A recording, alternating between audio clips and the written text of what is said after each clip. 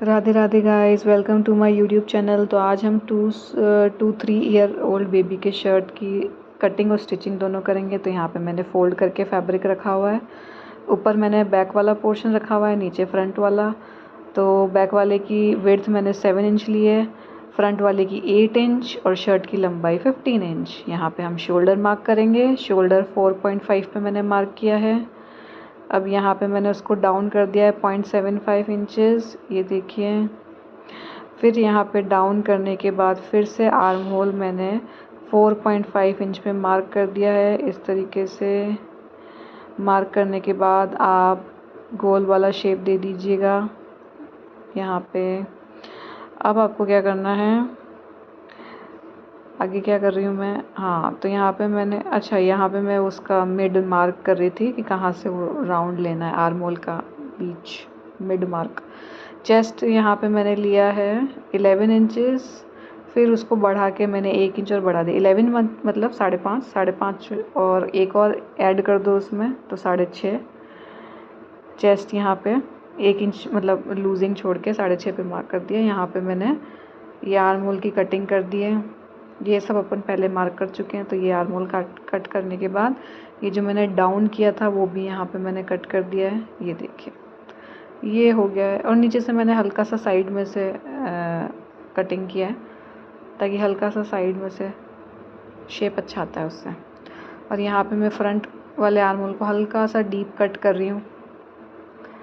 अब देखिए यहाँ पे मैंने क्या किया है, अच्छा, यहाँ पे मैं आगे वाला फ्रंट वाला जो गला है वो मार्क कर रही हूँ। तो 2 इंच मैंने डीप लिया है और राउंड शेप दे दिया है इस तरीके से।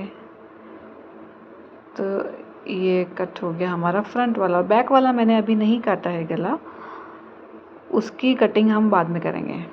अब यहाँ पे स्लीव्स की मैं कटिंग कर रही हूँ। तो मैंने जो फैब्रिक फ़ोल्ड करके रखा है उसकी विड्थ है 5.5 इंच और स्लीव्स की जो लंबाई है वो 5 इंच है।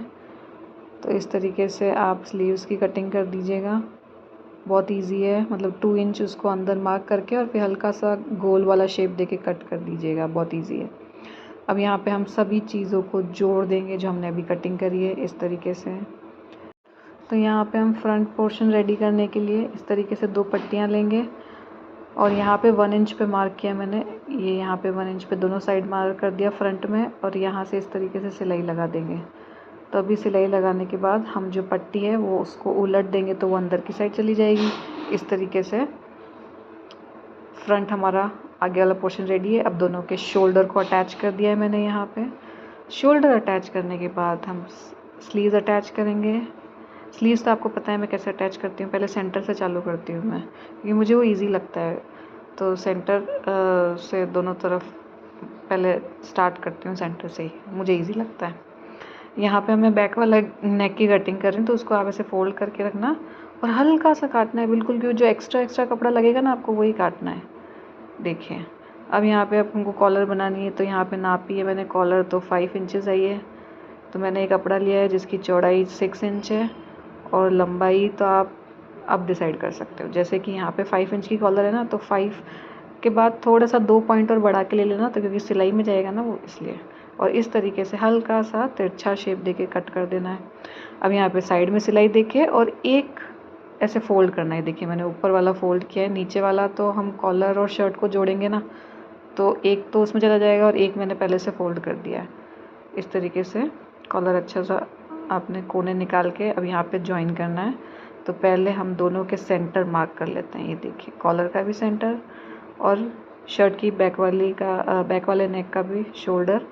फिर इस तरीके से आपको ज्वाइन करना है। बहुत आसान तरीके से ज्वाइन हो जाएगा। मतलब जो हमने खुली हुई पट्टी छोड़ी थी ना, वहाँ से ज्वाइन करना और एक तो पहले से फोल्ड किया तो फिर उसके ऊपर फिनिशिंग वाली सिलाई डाल देना।